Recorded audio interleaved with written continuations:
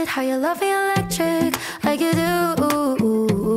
Love it how you love me electric, always you. Love it how you love me electric, electric. I love it how you love me a lot, love me a lot, love me electric. Baby, keep the light on for me, I'm coming home.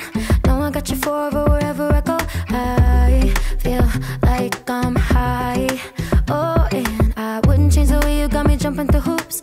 All the wishes in the world and I wish for you. I feel like I'm dying. Oh, and I found heaven in your eyes. Tell me it's all mine, holding on too tight. You're like a neon sign in a starless night, showing up so bright. Can't get over how you talk to me, like I'm all you ever gonna need. Seeing colors that I've never seen. I love it how you love me electric, like you do. Love it how you love me electric, always you. Love it how you love me electric, electric. I love it how you love me a lot, love me a lot, love me electric. Wired in the moments like I'm walking on air, tripping over roses every time that you're there. I'm losing my mind. Oh, and I'm hot over the moon, you know that you got me good. I'm not even mad, I need you more than I should. I feel like I'm dying. Oh, and I found heaven in your eyes. Tell me it's all mine, holding on too tight. You're like a neon sign in a starless night, showing up so bright. Can't get over how you talk to me, like I'm all you ever gonna need. Seeing colors that I've never seen. I love it how you love me electric, like you do. Love it how you love me electric, always you. Love it how you love me electric, electric. I love it how you love me a lot, love me a lot, love me electric. Found heaven in your eyes. You're like a neon sign, showing up so bright. Can't get over how you talk to me, like I'm all you ever gonna need. Seeing colors that I've never seen. I love it how you love me electric, like you do. Love it how you love me electric, always you. Love it how you love me electric, electric. I love it how you love me a lot, love me a lot, love me electric. Like you do. Love me, always you. Yeah, you love me, yeah, you love me. Electric, electric. I love it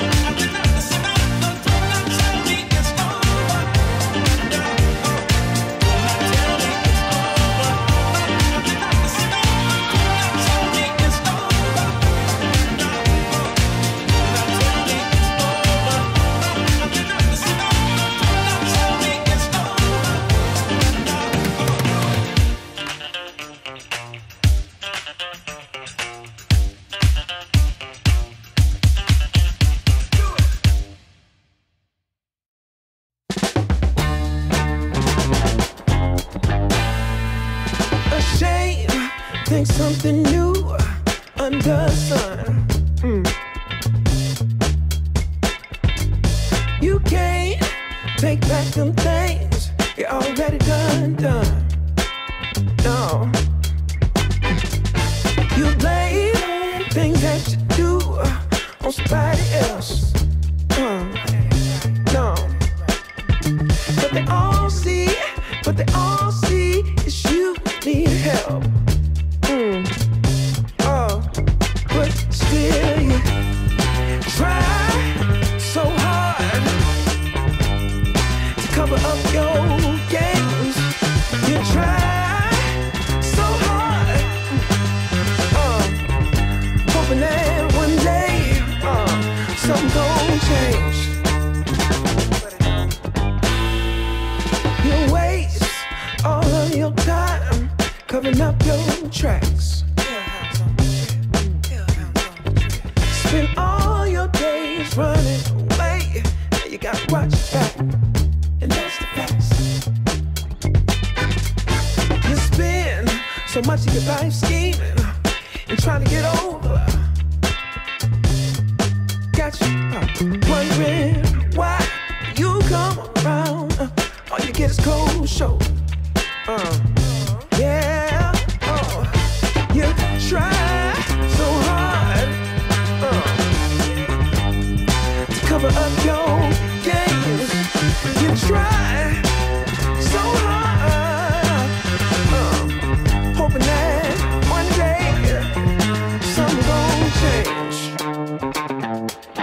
You try so hard. Yeah. You try so hard. You try so hard. Yeah. You try so hard. Give me, Can't run away forever. You gon' pay.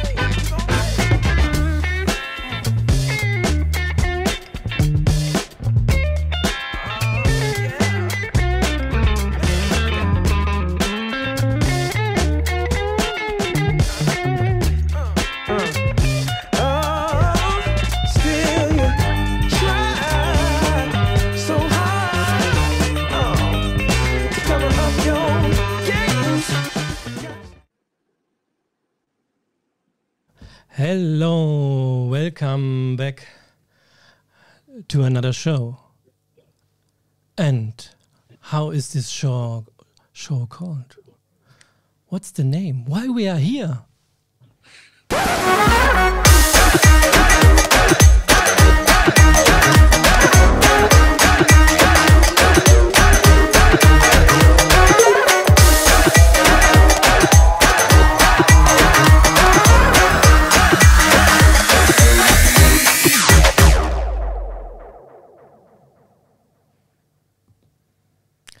Hi Ludwig. Hi. Hi, how are you? Fine, thank you. Welcome. Today it's our moving show. Oh, how do you call Very it? moving. I'm close to tears now already, so I moved to tears. Yeah, it's a great opportunity, and actually, I think that's the first time we are doing that about moving school, talking in public about who we are and showing things, and also like giving some input. It's a crowd of people waiting to come into the show, so be curious and stay with us tonight. How long does moving school exist? Actually, we started 2012, so that was Documenta 12, D12. Yeah, so it's almost 10 years now. And we both had also a meeting in this time often. Once we were working on a film project. Maybe we see that later. What else do we have in this show? There was an old person I heard in my ears. Yes, our co-host. We have Gamu from Zimbabwe and we have Urs from Switzerland as the co-host. Yeah, but not there. who's that Urs? He's one of my best friends, and I thought since we are, oh, hi, there he is. Yeah, hi, Urs. How are you? Urs, you have muted yourself. Yes. Ah, Yeah, hi. How are you? yeah. Hi, Ludwig. Nice to meet you. You are on the other side. Yeah, look. He's on the other side here. Where is he? Yeah. Here is. Yeah. Ludwig. Here am I. Yeah. Haven't seen you in. So far and so near. Yeah, this is how friends are. You know, it's very close, but then also far away in the internet. But thanks, you're here from Switzerland. I mean, that's a long way. Yes, lately it's a long way, and you have to climb some mountains to stay here. But internet is such a nice thing, so we are so near without walking. That's very good for old people, isn't it? Yeah, that is. Ja, das stimmt eigentlich, ne? Yeah. This is Dieter. He is sitting behind me, but I don't need him. Yeah. But he's a nice guy. I mean, I like him too, you know. So don't be mean to him. So today we talk a lot about learning. I mean, do you like learning, lifelong learning, or do you think old people know everything? No, I think old people mostly are very dangerous because they are not interested in future. They are more interested in the past. Yeah. Okay. Yes. Why So that? yeah, it's so. If you're not good on your feet, yeah, you are interested in the small things. For example, to put on the coffee machine and go to the bakery. I like that too. Very nice. It's good that you're here in the show because we need, so many people waiting. So we need a little help for organizing the thing, and so I'm glad you're here and back me up. Okay, I will help you as I can. So I remember in my learning in my school in a small village in Switzerland. Yes, I went to school every day, but I had a long way to walk from my home to the school. Yes, yeah. Yeah. And I guess I learned more on my way to school than in school. Okay. That's good. How is that? How come? That's a good thing. Yeah, because our teachers are not very good. But my way to school, it was very interested. Yes, it was. Yeah. Okay. But what do you think was if you could go to school today? What do you think? What can be better in school now? If you go to school, what will be better now? I think if I could go to school in 2021, yeah, I think I need more breaks. More breaks? Yes, because I think the greatest enemy of quality is to hurry. Okay? The most important things, Ludwig, the most important things happens while you do nothing. Wow, that's your wisdom is fantastic. Can you say more about that? No, we have to do that. Now we do nothing. All together now, we do nothing. 1, 2, 3.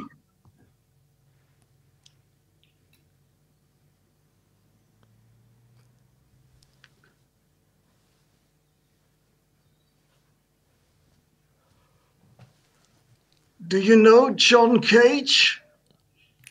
Yeah, of course.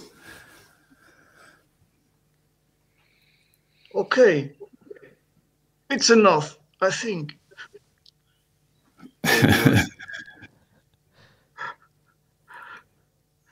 Yeah, perfect. I mean, I think that was a great introduction into our show. Maybe we should just stop here and do nothing for the rest of the time, and maybe that's the best we can do today. And I saw we have one person more beneath me down there. And she's doing nothing as well with us. Nothing at all. Hi, this is Carolina Katún, our musician from last Thursday. She couldn't be in our show, but today we have you here, and that's that's great. And we see 2 videos from you later in the show, and Ludwig is happy too. I see it. Yeah, so we haven't seen each other quite a long time, some years now. Like maybe 9 years or something like this. Thank you for the invitation. I'm really happy. Yeah, it has minimum 2 reasons why I invited you. Because of course I want to talk a little bit about the start, because you were at the start of moving school, and also because you are meanwhile into music a lot, doing great music with your band, and we want to tonight see a little bit of your music. Great. Can you tell the audience what kind of music are you doing? Well, it's the crossover between jazz and Latin American music. I'm half Mexican and half Swiss. So I'm really interested about mixing things, and actually, well, the first album just happened with what we liked, and we reinvented some songs, traditional songs from Mexico, and others we did one Baroque songs and some composition in French. So it's really a mix about different influences. And now I'm preparing the second album, which is more composition, self-compositions. And you have musicians with you, a band. Can you say a little bit about the band you're working with? Yes, I'm working with Pierre Perchaud, a great guitar player, a French guitar player, a drummer, Arthur Allard, and now we're working for the second album with a cellist, Laura Caroni, who's Argentinian and Swiss. Okay. And you're based in Paris right now, right? Well, I moved a little bit back to Switzerland, so I'm between Paris and Switzerland. Okay. And I guess you had also a hard time during the lockdown now to this pandemic, right? You're out of work, kind of, or do you do other things? Yeah, I did a lot of other things. I teached a lot, and also I'm taking care of my grandma in Switzerland here, Of your what? of my grandmother. Okay, yeah. How old is she? She's 92. Oh, like Oh, Urs. Yeah, like Urs. maybe they could they could meet each other. I mean, Urs is Oh, single at the moment, right? And But he's always really close to Peter, isn't he? where in Switzerland is he? Yeah, I stay near Lucerne. Ah, okay. Well, that's not so far. We are in Neuchâtel. Yeah, Oh, yes. Is And she pretty? Yes, really pretty. Yes, yeah. Okay, so please send me a picture. I will. Okay. okay, if anyone else needs a friend, send us a message tonight. Yes. And yeah, That's a good interruption. Maybe we have to tell the people where they can write messages. You see, we are sending the live stream on YouTube, Facebook, Twitter, and LinkedIn. So if you have any questions to Carolina or Urs, or maybe Peter in the background of Urs, or for Ludwig, Moving School, and maybe Art or TV for myself, write down what you like and we bring it into the show. And for all of you who likes to join us here via a telephone call, because it's also a call-in show, you have the possibility. Down there is a number, a German number, so if you're living in Europe, it will be hopefully not that much expensive for you. So, and now back to these lovely 5 people. so what do you think? Shall we start with the music or a little bit later? Me? No, I ask the technician. Carolina, the first song we are watching, how is it called? It's produced in Mexico, isn't it? Yes, exactly. It was a show in Mexico City, a big show. I think the biggest one, there was 8,000 people. It was incredible outside. And there was such a beautiful energy in the public. It's a beautiful remembering. So this song is Zamba de los Humildes, which is a traditional song from Argentina. And I really like it because it talks about hoping, and when we have to wait for hope, it's better to hope singing. Lovely. So we started. Enjoy it. See you back after this lovely song.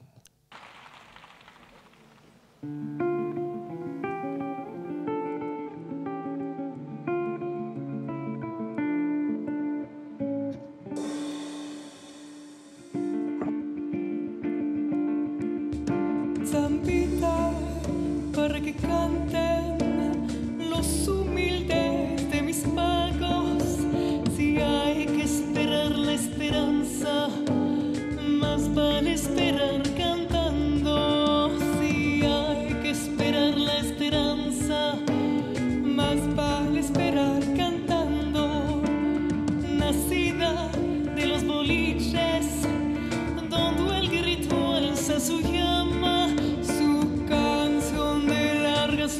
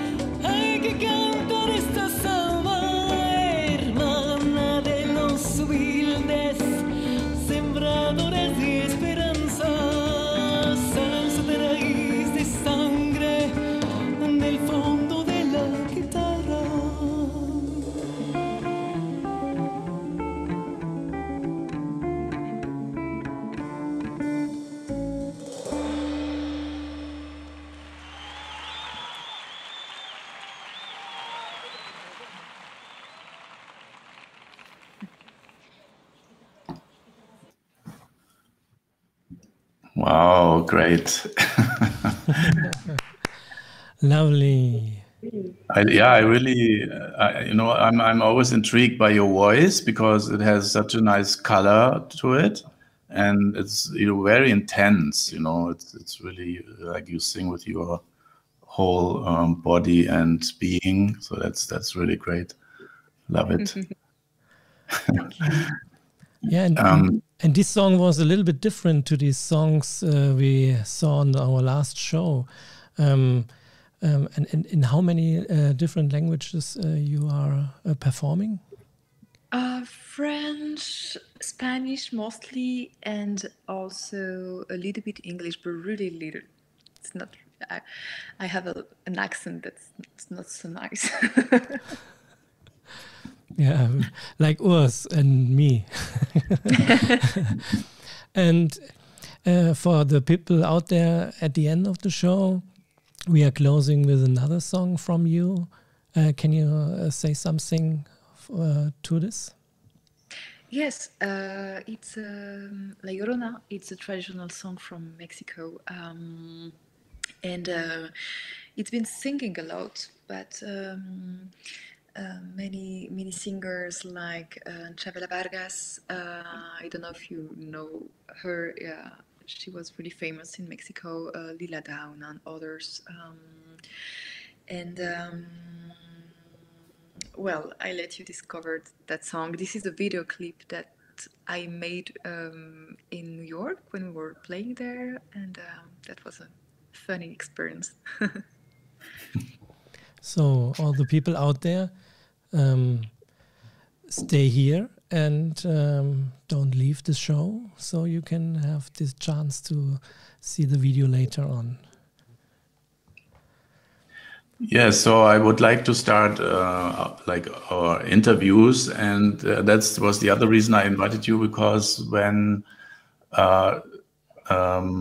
we started Moving School, end of the Documenta exhibition in Kassel in 2012, you were here, and I think that was the time we first met, right?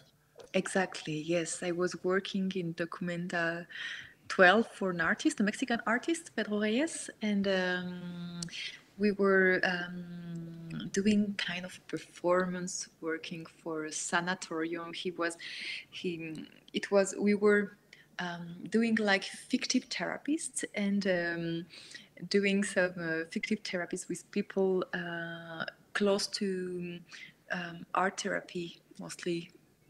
That was really interesting, and that's how Ludwig and Pedro met and began to work a little bit together, if I'm right. Yeah, that's true. Mm-hmm.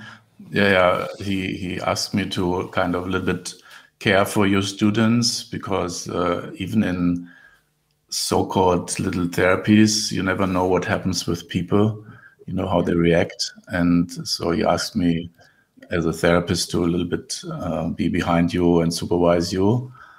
And it was great also to be with Pedro, because he's a great artist into social art and recently into sculpture. So you look him up if you don't know him. He's one of the most famous artists, I think, at present.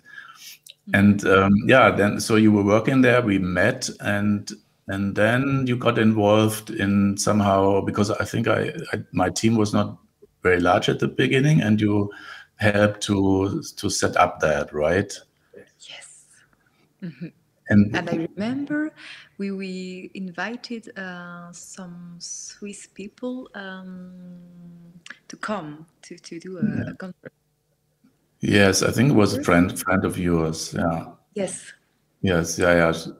So Geneviève Morand. Yes. Yeah, we put together a team and had some, I think, 1 or 2 weeks for the first time during that time. And so I'm always grateful for you at that time, because you can't start a thing just by your own, in a way.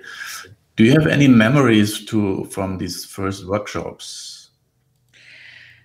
Well, I remember more, my memory is not so good, but I remember more the conviviality that when we met, it was we had such a beautiful exchange. And I remember also this, maybe it was after at your place, there was a piano, some people playing, and we just have beautiful exchange. It's more the you know, the ambience that I remember. It was really beautiful. Yeah, but that's also a memory I think we would like to stir up in people, because atmosphere is very important, you know. And it's interesting that you don't remember things we have done or so, but this friendship atmosphere, this, you know, because that's something we need in schools, you know, to learn to be creative. That's the base of it. And actually, that's also developed as one major thing we want to connect people in moving school and let them feel comfortable. So I'm glad this was there in the beginning. I will give a little talk later about our pedagogical principles or what we found. And that's the thing, it developed, you know. There's not a fixed thing at the beginning, but it was also through experience that things, because at that time we just started and see, you know, what came out, what can we leave and what we don't continue with. So thank you for this memory of the good atmosphere, and thanks for coming for now. You look beautiful tonight. Thank you. Thank you for the invitation. As always. And Ludwig, yeah, and 2012, it was 2012, and I remember our film project. Yeah, it was in 2012. Yeah, it was actually. I don't know if Carolina is remembered. She is remembering this video with people like Urs. Yeah. Maybe we take a look. If you like. I don't remember. I'm sorry. Yes, yeah. It's a short commercial, so yeah. Enjoy it.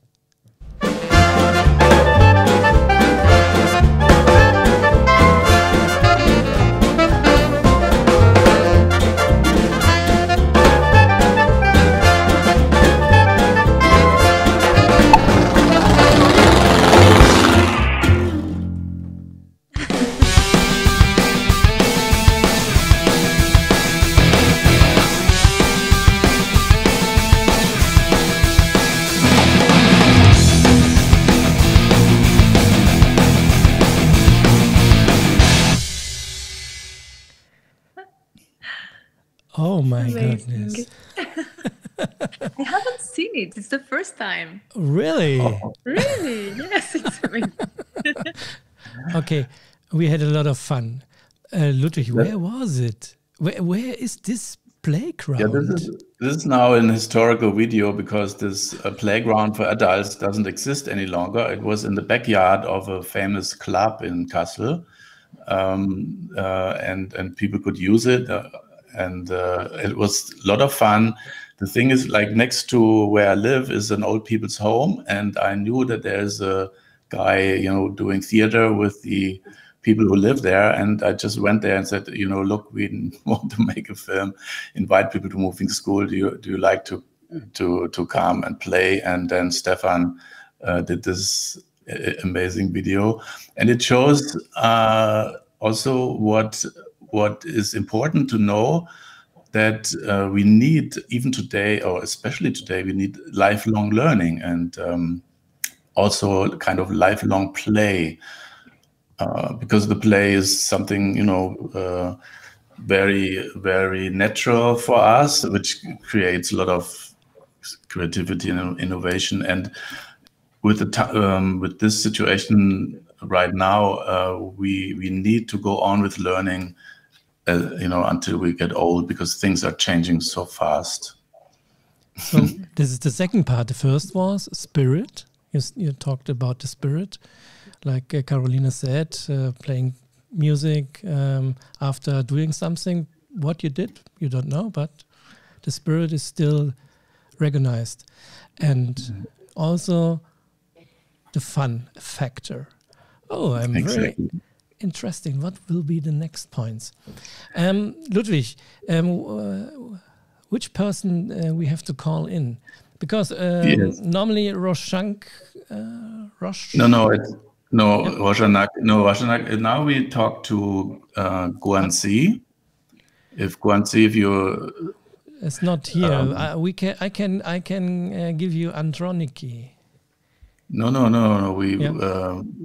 But she's not Guanxi, if you hear me, the thing is that this show is also an experiment. We only have 4 seats, and so people are waiting to come in the studio. And wait a moment, we have it in a few seconds. The studio. Look there. Who's there? Hi. Can you hear us? Yeah, I can hear you. Can you hear me? Okay. Yeah, so, Guanxi, so nice to see you. You're coming in from where? Right now, I'm in Penarth in Wales, in the UK. We're just across the bay from Cardiff, the capital of Wales. So yeah, right now I'm here. I've been traveled a little bit since we last met. And you are working there in the university right now? Yeah, so right now I'm working for the Open University, the largest online distant learning provider in the UK. And what are you doing there? So basically, I'm an educational advisor. I'm working with students, helping them basically provide them guidance to help them complete their study plans. And they can do a degree or a diploma or a certificate, or we have a lot of mature students, and they just want to learn. It's a great job. And then I talk to a lot of learners. And I guess the age range of learners are also vast, right? It's a lot. Very different. Yeah, we have. I spoke to students in their 60s, and I was also have a student in the traditional school time, 19, 20 years old. People come to the Open University with different purposes and motivation, but yeah, it's amazing working with them. Would you take Urs with his 91 years old? Is it too old? Of course. Anyone is welcome. It's open admission. So check out our website. Okay, I will do. See, you already motivate him. That's great. We met actually also in Kassel because you studied in Kassel.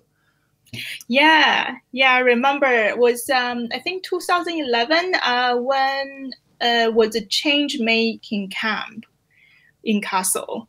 I think we met in one of the project with Nomade School, Netherlands. Mm-hmm. Yeah. Change maker camp in 2011 was actually kind of how this idea of moving school was born. What was your study at the time, your master? I was studying higher education research and development. So it was my grad school. So I remember it was really, I was just really intrigued of the whole idea of change making camp. In which group were you there working at the time? I was in the University of Kassel. So I was in a international master program of higher education. No, I meant in this changemaker camp that we had, I think, 3 different working groups. Do you remember where you worked? Oh, that was a long time ago. Sorry, I don't remember. I can't remember who introduced me. It could be just we're in a similar workshop, but it was so long ago. No, I just wanted to have you here to talk about this because to tell people this idea of moving school was not my idea. It was actually by students like Guangxi at the time, who worked like for a week on the question, what does the University of the Future look like? And they came up with this idea. It's not doesn't have a place to stay, but it's traveling around the world, and you have you learn where you are with the local people and so on. And they really made a whole concept out of it. And so then we were left with this idea, when the conference was at the end. And so it was their idea. And so innovation or doing change is not always to have yourself an original idea. You just take something from somebody else, which you like, and you take further. Exactly. So maybe last question to you. So if you think of the education we need today, what would you say? I mean, what is important? I think first, I think education always need to be more inclusive for people with different learning style, for people with disabilities, for people with different background, different life experiences. So traditional education, we talk about going to school or a break university. People tend to stay in a classroom, and there's one model fits all.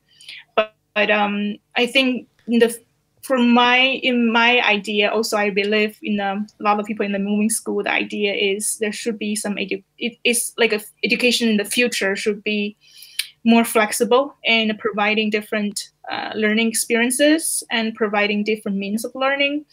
Look with the beginning when we join the moving school, there are a lot of ideas for learning from doing and learning from experience, learning from playing.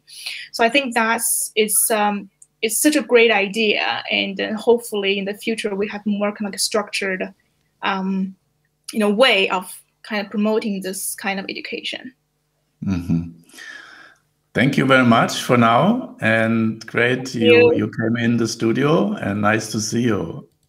Good to see you too. I'm so happy to be here, and I haven't seen you for a long time. I'm just happy to come back. Okay, great. Thank you. Thank you. Bye. Bye. Great. The first guest. Who's next? Who's next is actually it's Roshanak. I think, yeah. Yeah. So we have to wait for Roshanak. She's not calling at the moment. We are waiting for her. And Urs, what are you saying about this kind of meanings of education and ideas? I think you're right. That first I thought that what the world look like tomorrow depends on the imagination of those who are learning to read right now. But I think that's not true. I think what the world will look like tomorrow depends on the imagination of young and old people, I think. Yeah, that's and young and young, we have one. Roshanak is here. So Urs, let us her inside. Yeah, there's Roshanak. Hi, Roshanak. Roshanak, you are in Germany right now, in Wuppertal. Ja. But you are originally coming from where? Ich komme aus dem Iran und jetzt zurzeit bin ich Doktorandin hier in Wuppertal. I'm coming from Iran, and at the moment I'm doing my PhD in Wuppertal. Ja, in Philosophie. Also. In philosophy. And so I can't remember the year, maybe it was 7-8 years ago, we met in Isfahan, where you're from, which is a very beautiful city. And So can you remember anything from these workshops at the time? Ja, ich war zwar später als anderen ein Mitglied geworden und war dabei, aber ich kann mich sehr gut erinnern, wenn meine Freundin hat mir gesagt, dass wir wollen für ein Team aus Kassel, das heißt Moving School, wir wollen dafür einen Workshop machen und ja, wolltest du dabei sein oder? Und das war erstmal für mich sehr merkwürdig, weil Okay, ich dachte, I came in late to the workshop of moving schools. A friend invited me to come in, and in the beginning was a little bit weird for me. ja, weil ich dachte, es kommt ein Team aus Kassel, eine Einrichtung oder eine Plattform, ein Bildungsprogramm aber das Team ist aus dem Iran. Wieso kann es sein? Weil, erstmal. Yeah, I thought there is a theme coming from Kassel, from Germany, and being learned here. But then I saw it was an Iranian team. I was so surprised about that. Ja, weil es kommt sehr seltsam vor, dass ein Workshop die Durchführende aus dem Iran sein. Ich habe mich daran gewöhnt, immer, dass ich als Teilnehmer dabei zu sein, nicht als Durchführender. Yeah, I was used to be just a participant in workshops, but not as somebody who's leading the workshop. Ja, genau. Und später war ich mir gewusst, dass das ist auch ein Teil von Moving School. Also ich kann das wie ein Vertrauen ohne Grenzen nennen oder wie soll ich mal sagen, das ist ein Verlassen, ein Vertrauen auf Kompetenz, nicht auf Nationalität oder was anderes.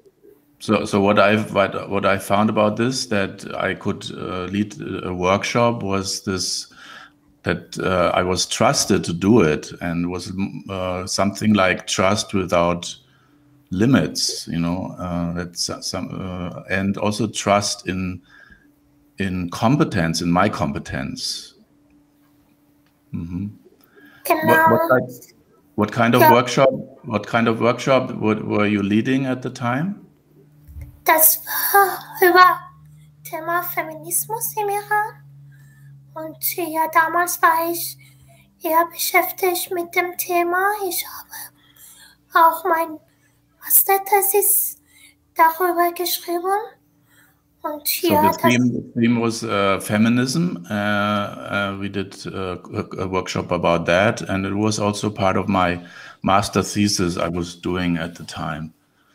Genau. Roshanak, it sounds a little bit funny, maybe, if we talk about feminism Iran, because when we look at the TV, we see women in positions we would not think of it like around here. So was that easy to do, or was it difficult or dangerous to talk about feminism in Iran?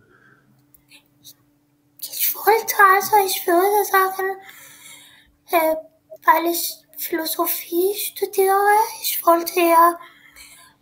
möchte ja nicht in Klischees zu denken, sondern eher ehrlich zu sein und sagen, das war kein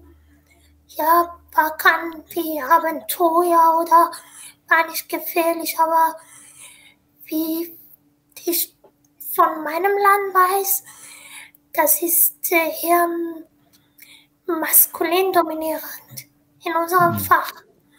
Und ja, das ist noch kein Platz für Frauen und wichtiger für Leute Männer oder Frauen, egal, die anders als die Regierung oder wie dominierend ist, denken. Ja? So I was studying philosophy at the time, and so I was working about feminism. But the thing is that like the departments are male dominated, is also and there was no place for women to talk about feminism. That was at the time my experience.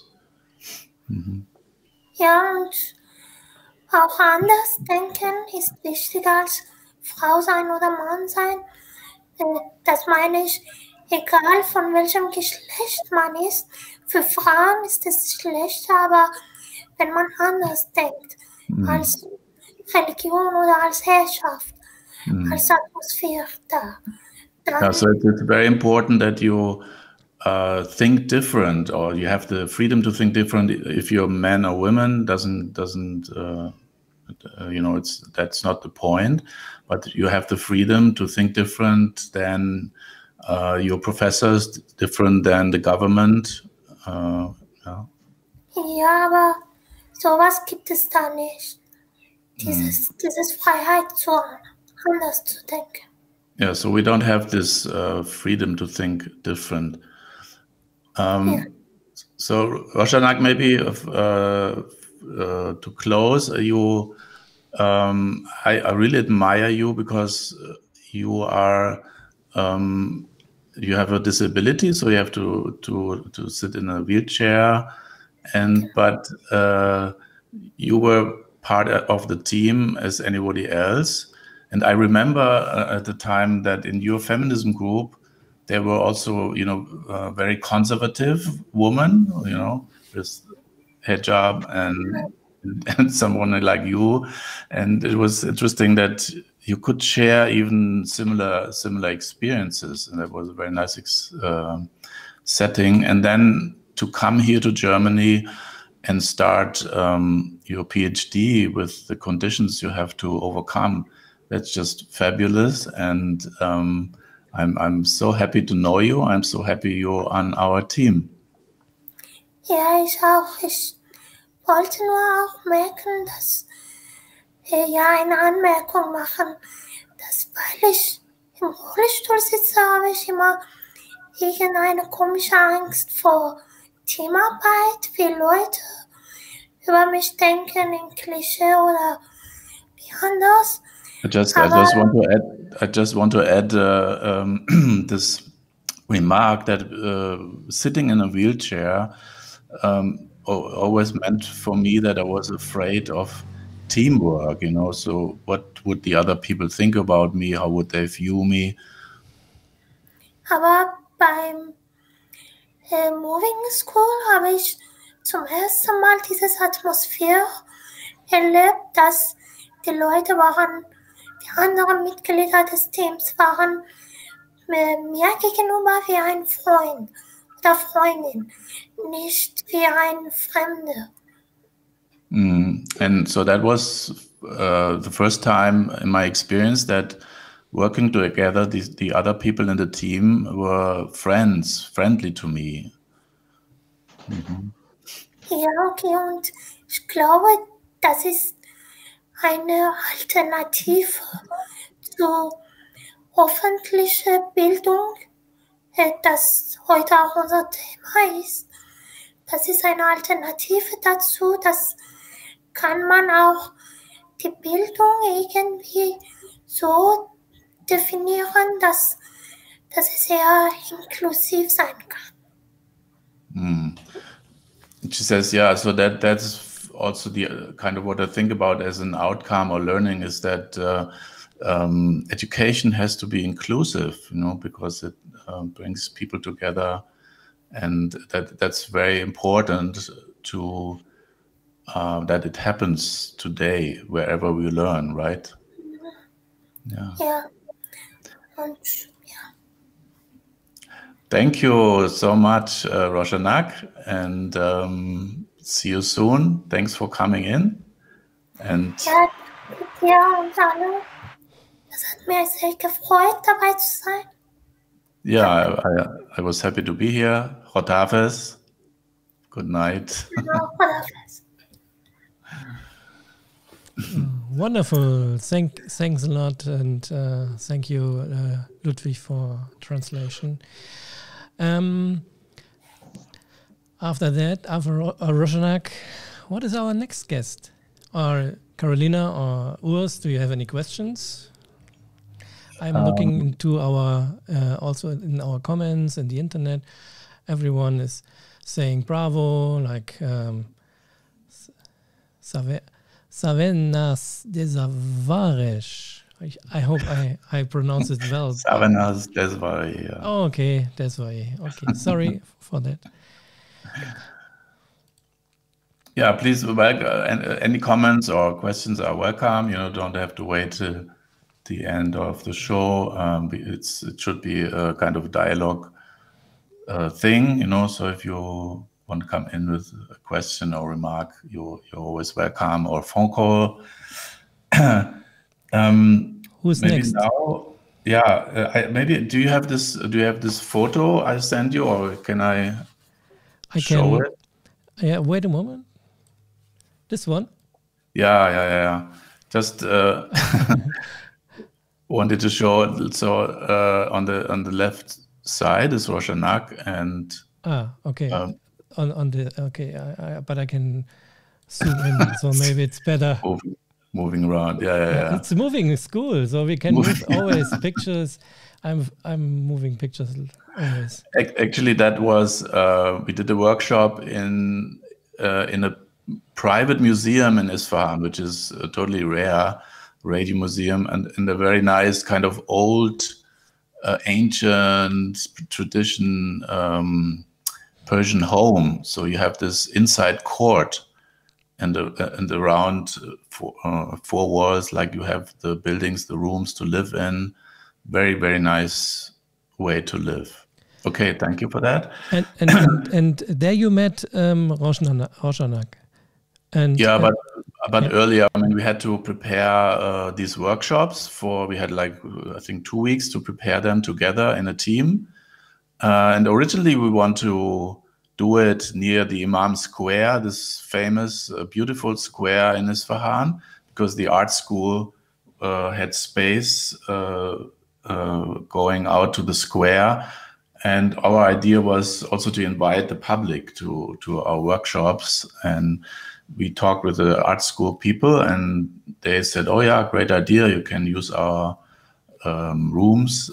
And then 3 days before we wanted to start, the Sepah, which is a military unit or for public safety, said no, so you can't just plan what you want.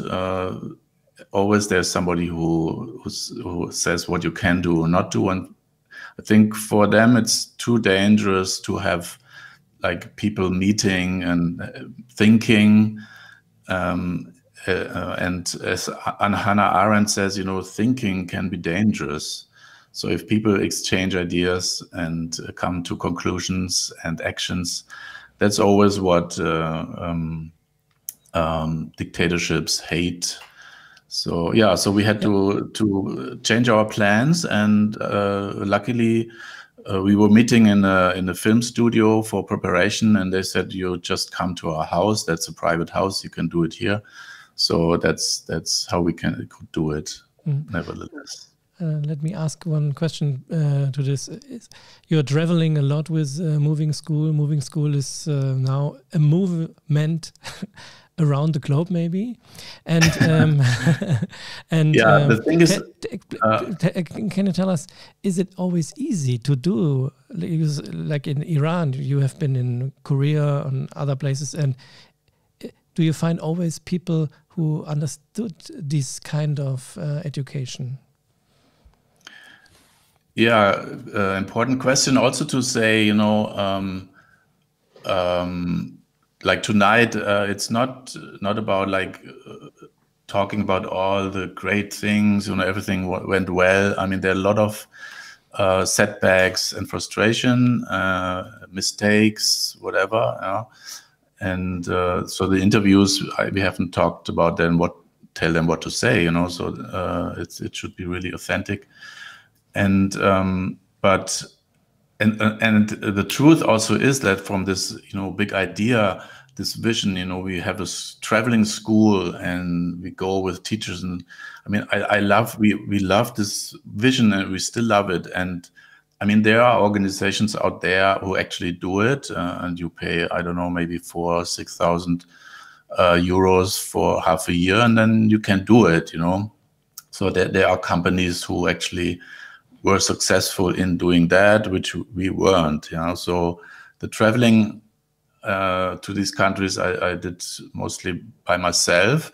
But the question I had was the methods, or this kind of open learning, is this really received well, by different cultures? I mean, I come as a Westerner, says, okay, you have to be creative, don't sit on your chairs, make a circle, move around. And so how would they receive it? And when I did a course with a PhD psychology class in Isfahan, there was no room to move, because in all the classrooms, the chairs were fixed to the ground. So we had to go into the theater and go on the stage, because that was the only where we could move. And but they did it and they loved it. So it's always, I mean, of course, I talked beforehand, is it possible? What do you think? And so on. But this longing to think free or to experiment, I found this so far in all these cultures, and I think people are fed up with this one man, mostly man maybe, or in primary school, women standing in front, you're sitting in the row. The thing is, when we are little, we learn to speak and walk, and later in school we are taught to sit and shut up, and that's not kind of what's good for learning. And also movement is a good fuel for learning, because if we move, also our brain starts kind of moving, So, but the answer to your question is, it's received well, so that I was really surprised by that. Who is next in our row? Yes, now we want to maybe see this clip of the Periptero from the Documenta time, the Documenta 14. We can do that. Was a project we did prepared with students from Kassel and Athens University, because at the time the Documenta took place in 2 cities, and we had a side project. So we were not part of the famous artists, but we did our own thing on the side, and you can see what the idea was at the time. We developed with students. And we talked about this with Christian Grünwald. Yeah. Okay, so let's see the video. I hope it's... Oh, it's not... Oh, one moment. We have... There is it's always a technical thing. Let me try another part. But one moment.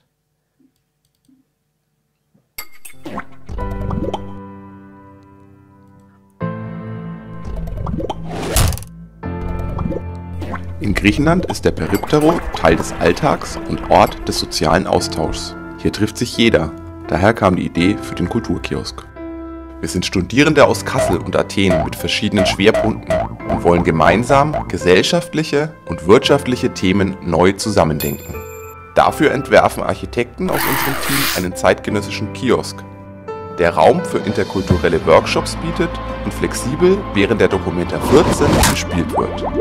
So bringen wir Besucher zusammen, die sich sonst vielleicht nie getroffen hätten. Für kulturelle Angebote in Kassel gibt es wenig Raum. Deshalb soll unser Periptero auch nachher der Kulturkiosk der Stadt bleiben. Kassels Kultur bewegen.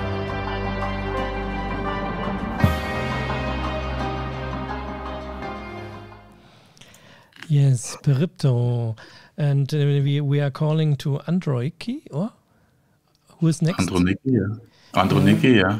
Androniki, she was inside, but we lost her. Maybe she can call back. So, but before I talk a little bit about this while she's coming to say the video just saw was made by Bao Bilgeri. She's a Chinese who studied in the art school here in Kassel, and she was also on our team as a teacher. And that's the thing also I learned with moving school, that of course you don't have all these gifts and talents yourself, you know. It's just that you can, even in a city or university, there's so many gifted people. So if you have a project, just call them together with their expertise to bring it in. And there's so many wonderful gifted people that you can't do it all by yourself. So that's also an example what we think in moving school, that we do interdisciplinary work, we bring people together, and through that it's much easier to do projects who can be successful and also maybe can be implemented globally, because you have different nationalities, different cultures, different gifts in one team. Yeah, but we miss her. That sounds great. So maybe we have to. Okay, so maybe maybe I might get a short interruption for all the people out there. So if you we are trying to bring our next guest, you see down below all the places where you can find this live streaming, and underneath you have always the possibility to make comments. You can ask questions or say what you want or paint. And if you like, you can also join here by telephone. This is the number in Germany. So if you're in Europe, maybe it's for your pocket not that expensive. Yeah. So maybe it's a time when Androniki tries to get in to present you some of our pedagogical principles shortly. Yeah? I didn't make a presentation, but I can write it to you up afterwards. So there like 13 or 14 insights or things we put forward. And as I said, it was not something we thought from the beginning. It was evolving through experience. What is helping the group? What is helping to learn? Yeah. So that's what I'm just sharing with you, and probably I'm sure it's not all you can say about learning, which is necessary today. As we say, learning from the future, which means we think, imagine what is happening in the future, and from that learn, okay, how do we need to prepare ourselves? So first of all, of course, if you do a project, if you learn, you need to finding an igniting purpose, because intrinsic motivation, which comes from inside, is much more important than motivation which is forced on you from the outside, from the teacher. Let's do this project, and the teacher is so excited about it because he likes this project, but it's not the student's project. So that's really hard to start one and to bring people into this process. And it's a process oriented how we work. Usually in education, you learn, and then you implement it. People study, and then do their job. So what we think, and what I learned from other schools like the Nomads or KS Pilots,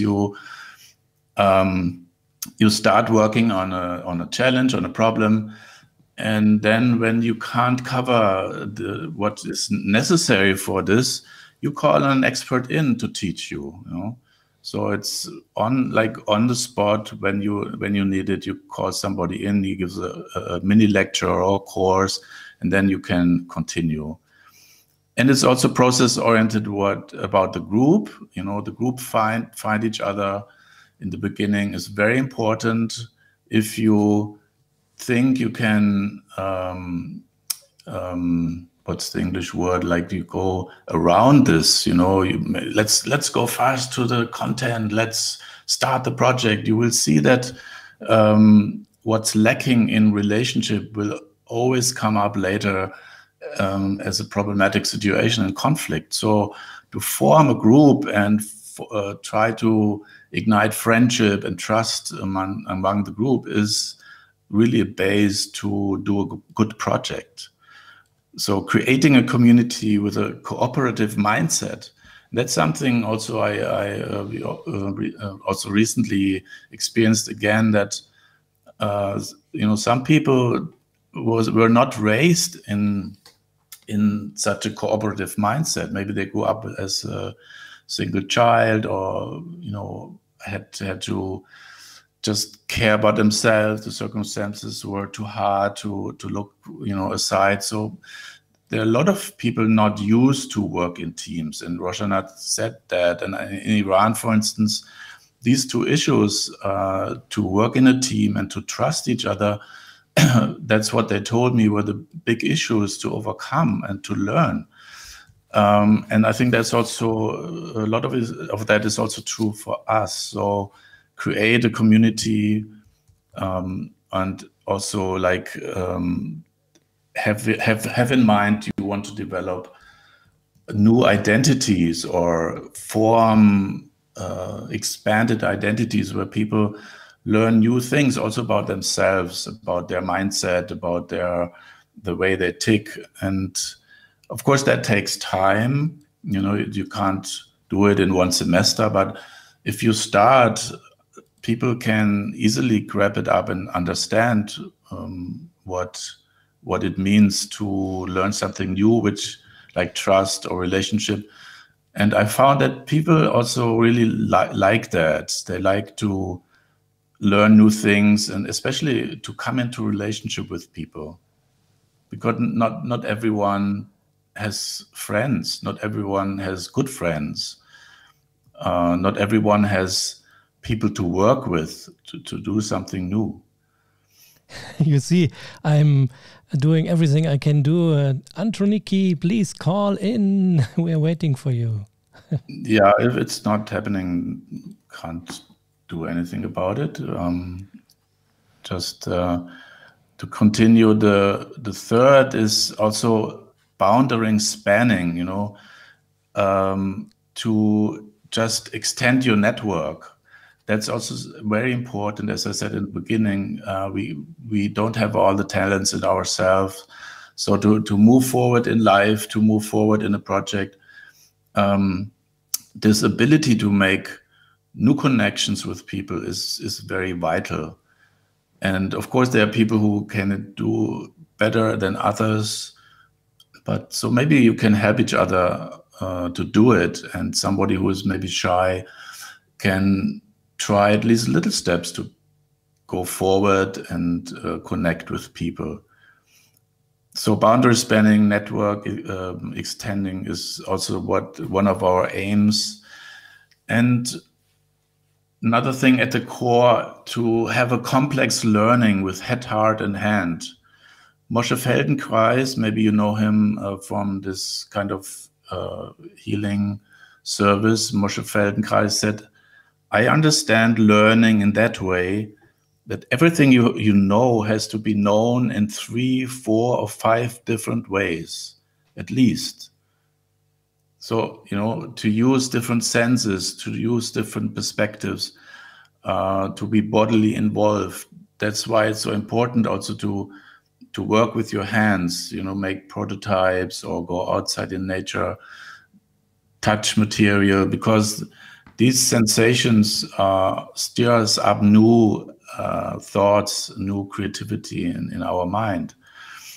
And usually if you sit in a classroom and you just listen to the teacher, you don't have complex learning experience. Also, for that reason, movement and music we use in our workshops at the beginning, maybe to loosen, to concentrate on our body, also to be still, have contemplation, to focus. And that's, of course, you can't do in a classroom where the tables are fixed or you have to throw them out first.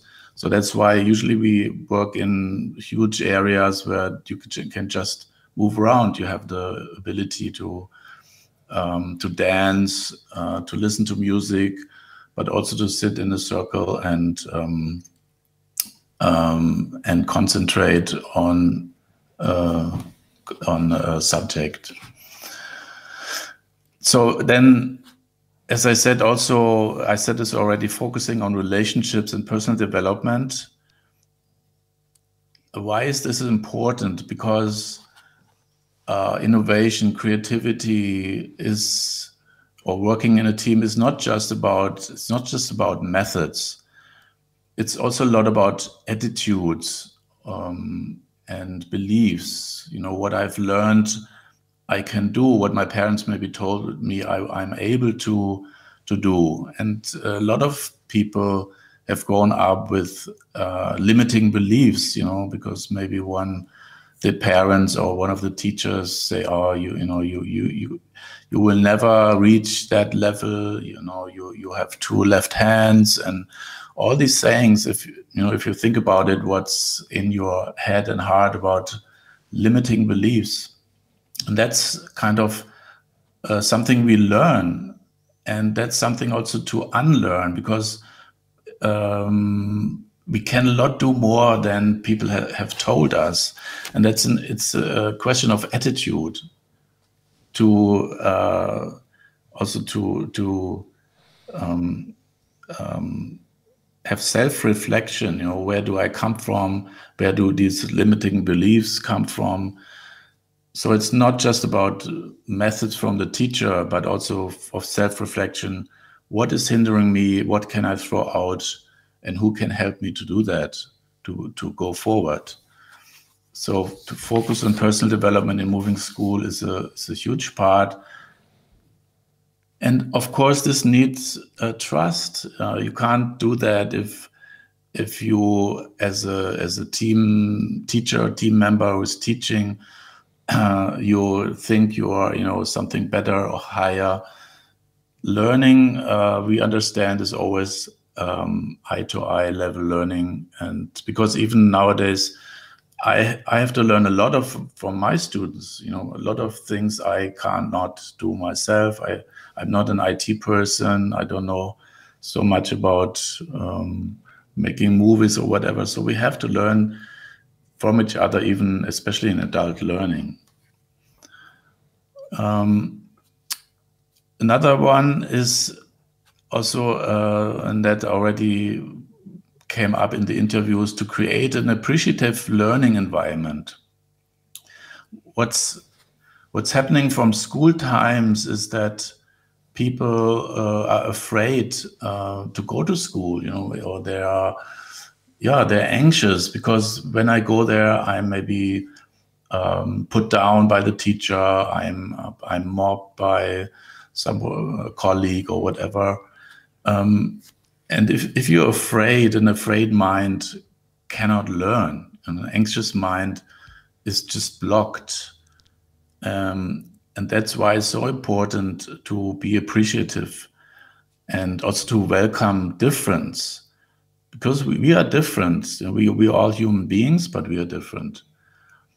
And nevertheless, to appreciate each other with the difference, also with the way where you are at your learning, is vital to be able to take on new learnings.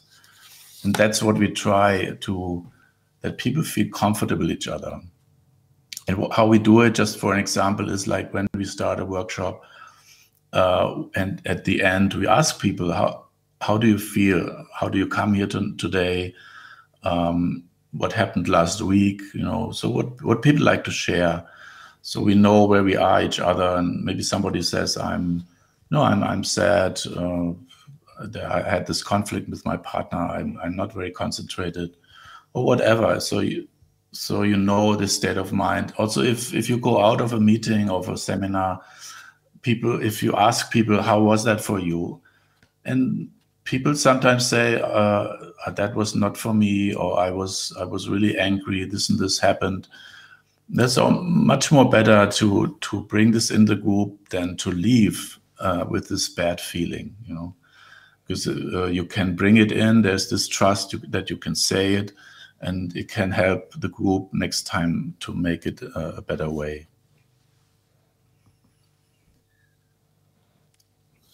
Something which also I said before is that creativity education needs the freedom to explore. It needs the freedom to play. So if you think of your classrooms at school or in university, how much freedom did you have to play and to explore things by your own time?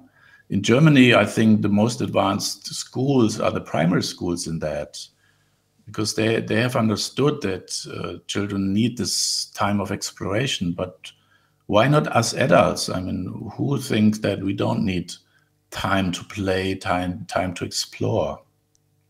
And that just needs a different time and space, of course, that people can really try that out.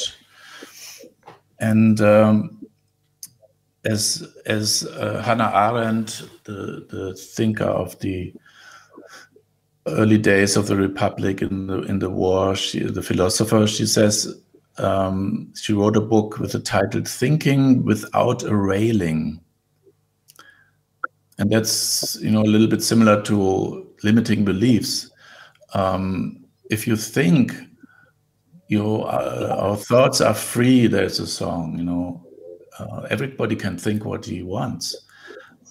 That's what we think. But in many families and schools, we are taught what's forbidden to think, what is not right, what is not, what breaks the taboo, and so on.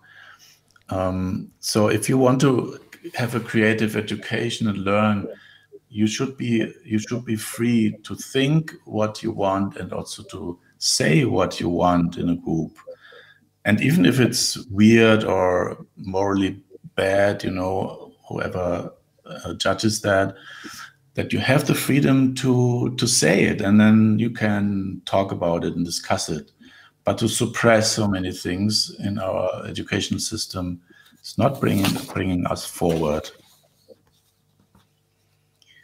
And that brings me to the next thing.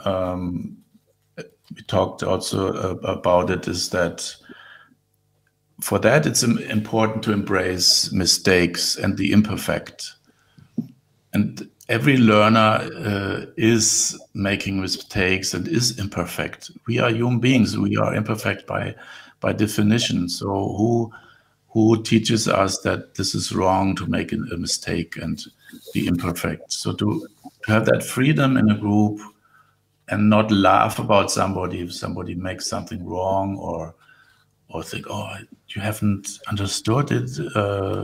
We talked about it 10 times. Why are you so bloody dumb that you don't understand it? It's really not helpful. I talked about teamwork already, that some people really have to learn it, and that's really true in our groups. So for the 3 last points, to tell you that I think also in universities or school, as the buildings are made, we need a lot of out-of-school learning. We need to go places where the subjects are happening, or where we can explore something. Somebody said there are no facts inside buildings. We have to go out, touch things, with our hands, with our body, smell things, see things, hear things.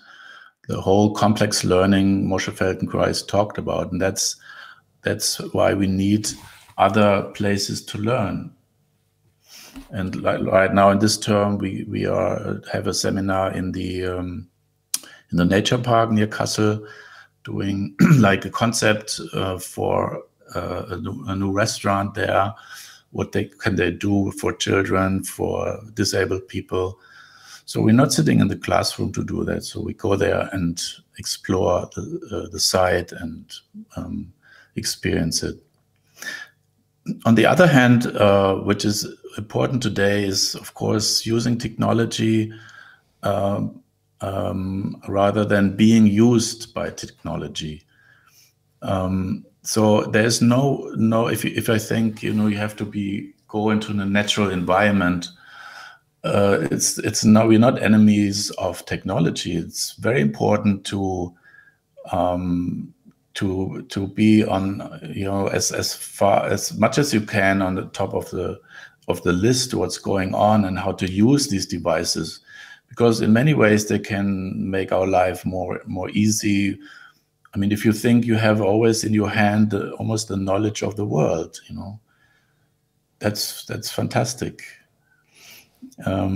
So, and maybe to close with 2 points, which are maybe a little bit, the next one maybe a little bit to discuss.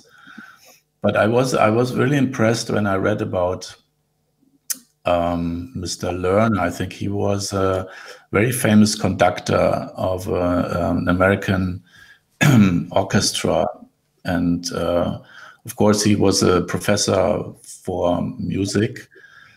And what he did was, like, when the people came into his class, he said to them, "Look, don't worry, you all will go out with an A." So he he gave them the A, the best note, the best mark right at the beginning, to say, "And I trust you that you will exercise and do what you can to reach it.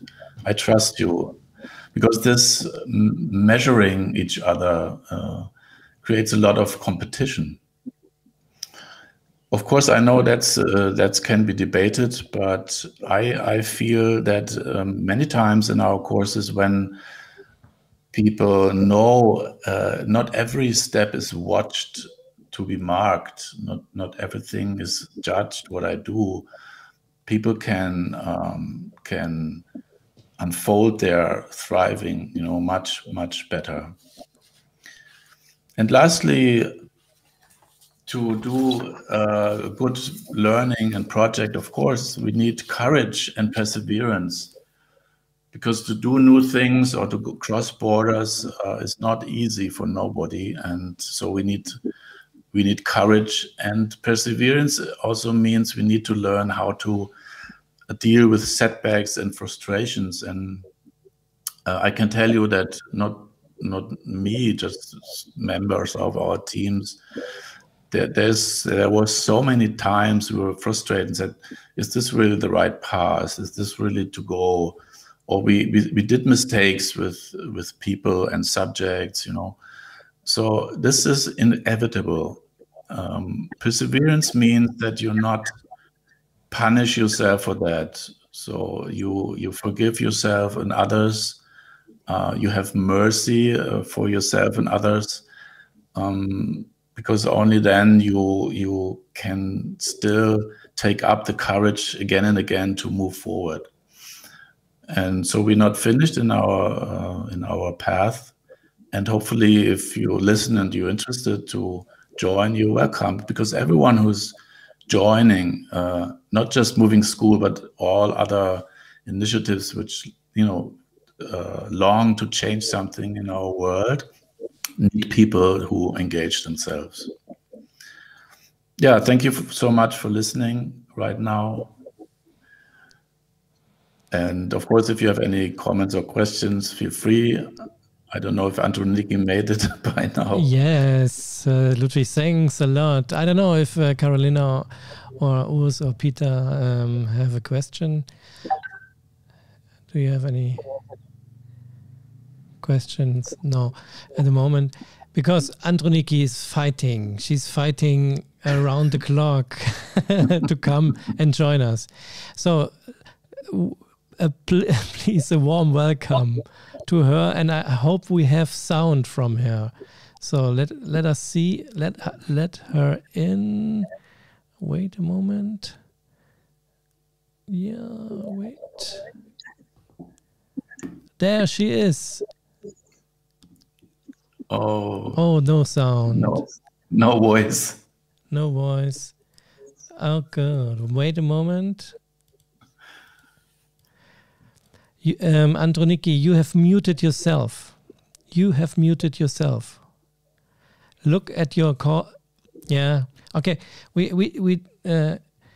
can only say, Androniki, you have to go down on the link, and there is a unmute button.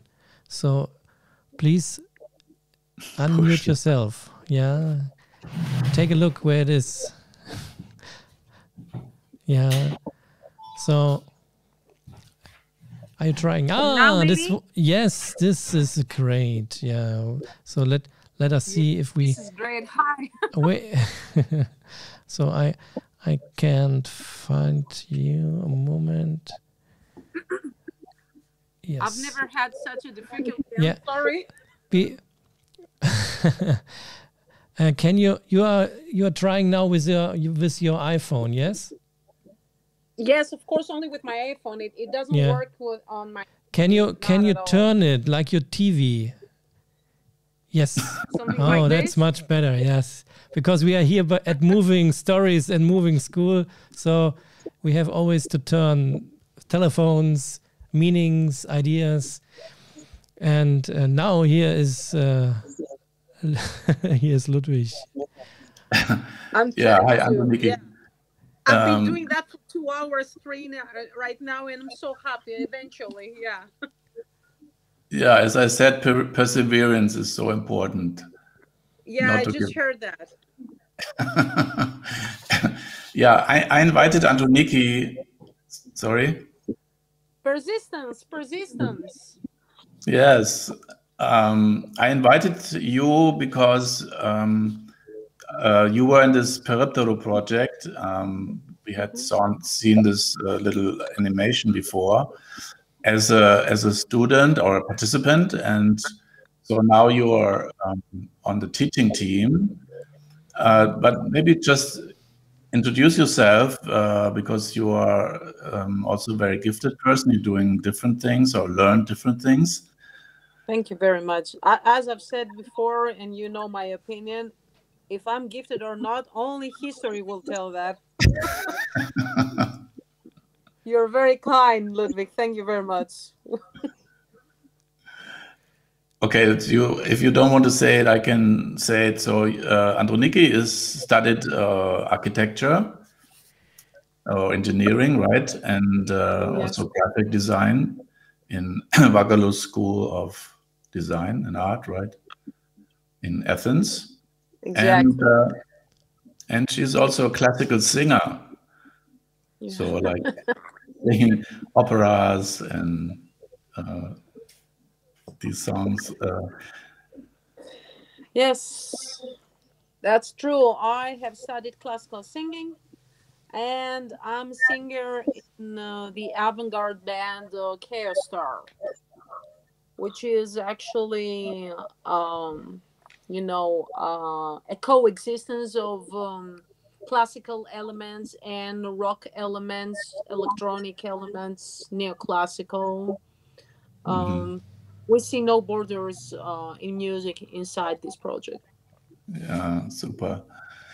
So Androniki, maybe you can just shortly explain what is a periptero? Yes. Periptero has been a very interesting project because actually it not demands, I wouldn't say that, but it actually introduces the way people interact when they are out to buy everyday stuff. And this is interesting because it becomes part of our day life. And it's not just shopping, it's socializing. And for people who actually live through this era, let's say the peripteral, the phenomenon peripteral, it's very interesting because it creates feelings, emotions, and memories. But what is a peripteral? People don't know this word. Yeah, of course. I'm sorry. I thought you had just talked about this. Yes, periptero is the Greek kiosk. It is the Greek kiosk where people can go and buy, you know, it's kind of convenience store. Can buy everyday stuff. Maybe not groceries, but certainly newspaper, cigarettes, snacks, drinks, refreshing beverages, all those kind of stuff. But in the daily life of an Athenian person, of a Greek person, periptero is part of a socializing experience, because you get to know the person that you go there. Maybe the person who sells those stuff knows you from a very early age, and he's, he or she sees the entire upbringing of yours. This is interesting. You get to have conversations. You even interact with your emotions by buying stuff over there, and you communicate your feelings. That's the interesting thing, that it has become a part of our daily life here in Greece. And of course, there is something similar in other countries, and I understand that, but maybe not so in such a small scale and so locally, because here in Greece we have a lot of periptero in every corner in a neighborhood. And that's a little bit different, and they stay up until very, very late. Maybe or they don't even close at all. Like Speti, yeah. So that's why we choose this this concept of a periptero for the documenta to work on that on both sides, German students and Greek students. But today, what's interesting for us to know, because you also grew up in the Greek educational system, in this periptero project, and also right now to be on the team, what is different to your childhood or university education, to the way you experience this project or working with us? Yes, the interesting, and it was really interesting, I can tell, is that you're trying to make an interpretation of a daily procedure in another country to an experience of knowledge by indulging yourself into the procedure of periptero. That was the interesting thing, that maybe periptero is something, okay, totally Greek, in the sense that I experienced it as a Greek person, but the beautiful thing is that you heard all our stories when we explained what we do when we go to a periptero, what we purchase, what are the conversations that we may start with the person who owns the place. And you indulge yourself into this kind of connection, into this social atmosphere that was created in Greece. And you made a kind of interpretation through your own experiences. And this is a means of knowledge. This is a means of acquiring knowledge.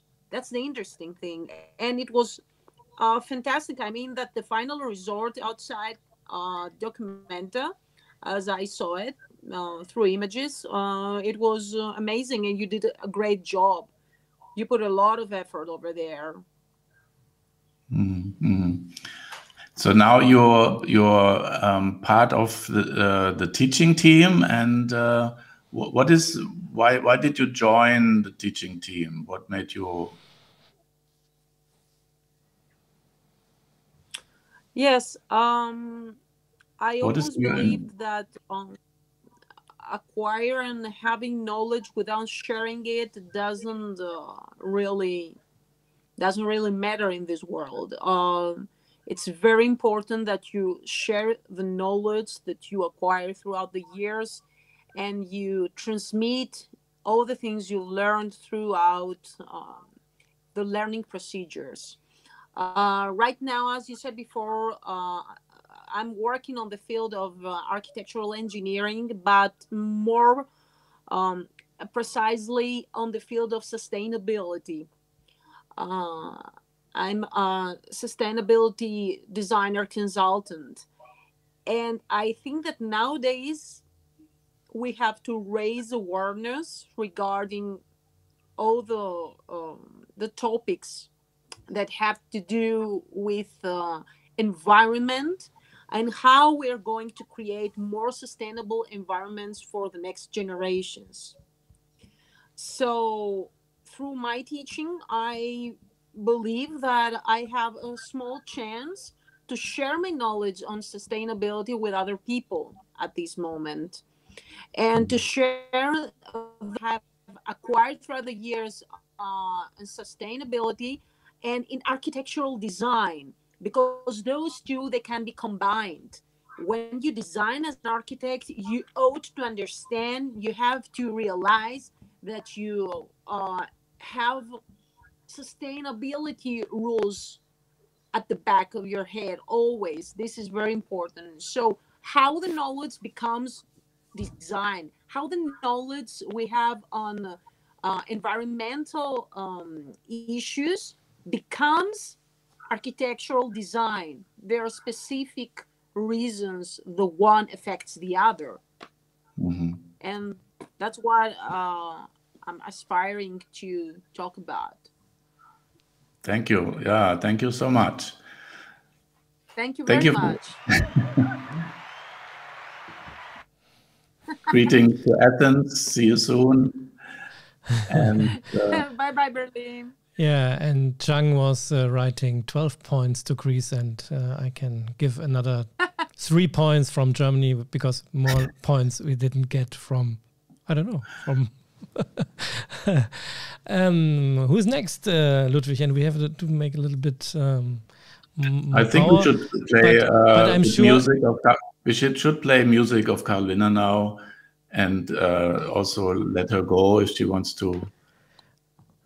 Yeah, Carolina, are you still with us? You're getting tired. Carolina, you are getting darker there. So. Oh yes, sorry, yes, it's getting dark.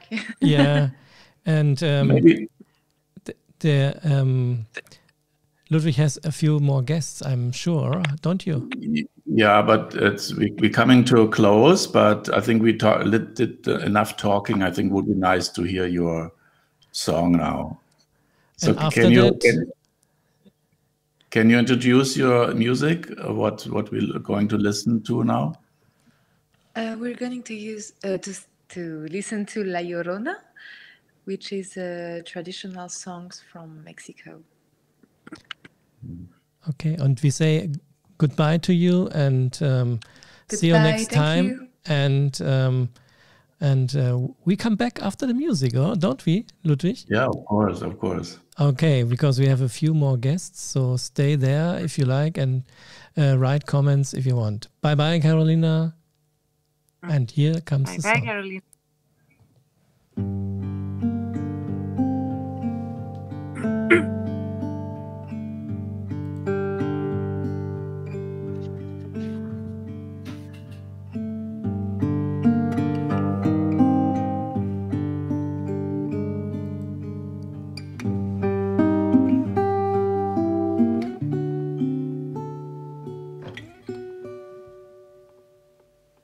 Todos me dicen el negro, Llorona, negro, pero cariñoso. Todos metís en el negro, llorona, negro, pero cariñoso. Yo soy como el chile verde, llorona, picante, pero saboroso. Yo soy como el chile verde, llorona, picante, pero saboroso. No sé qué tienen las flores, llorona, las flores del Camposanto. No sé qué tienen las flores, llorona, las flores del Camposanto, que cuando las mueve el viento, llorona, parece que están llorando, que cuando las mueve el viento, llorona, parece que está llorando. Dime, llorona, llorona, llorona, llévame al río.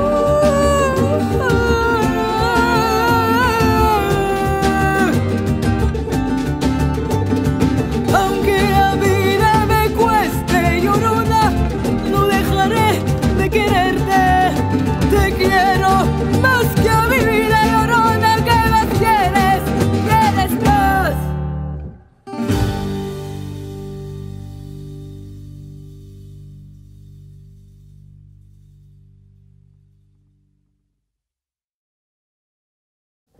Wonderful. And now we are going further on with the moving school and waiting for some other guests to call in. Which persons we are missing at the moment? It's I have me. Yes, Andrea and yes. Yeah, Andrea, we are coming to a close with one big project we are doing right now, and then have a final comment from another friend who joined us. So now wait for Andrea Zeka to talk about social catwalk, fashion for integration, and we hopefully, yeah, she's waiting to get in, so we see if she's coming in. This is a project we started in 2018 after all these new people coming to Germany, refugees. What can we do about that? And so Chang, who will also be in here right in a few minutes, fashion designer from Cologne, and me had this idea, let's do something about upcycling fashion and involve people with their gifts and talents in that and show them in a very positive way. Because usually refugees are seen as people who lacking something, they lack the language, they lack the way of life or whatever. And we wanted to give them the feeling they have something to give to others. And that's how Social Catwalk came alive. So maybe till we are waiting, we can see a video from Social Catwalk. Yeah, okay, That will be very nice, maybe, so that you out there can get an impression of it. Oh, one moment, I have to.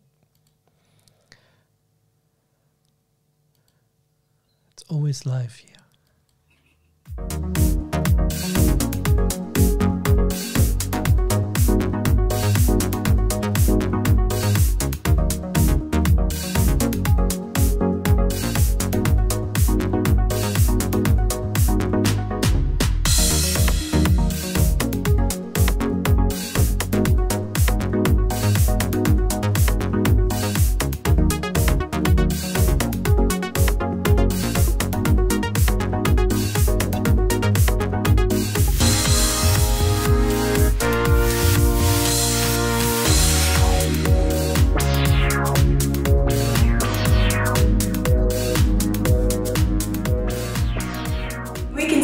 integration in this, because integration is the process of fitting into a community. And when we say integration, it doesn't mean you have to lose your identity, but being an integral part of the community. Yeah, that was Andrea in the film. Yeah, we had her in the guest room, in the green room, but we lost her. We are still waiting. So yeah, maybe we should then ask Chang and Savanas to come in. Yeah. Can they be in both? Yeah. They can be in, but they are not calling at the moment.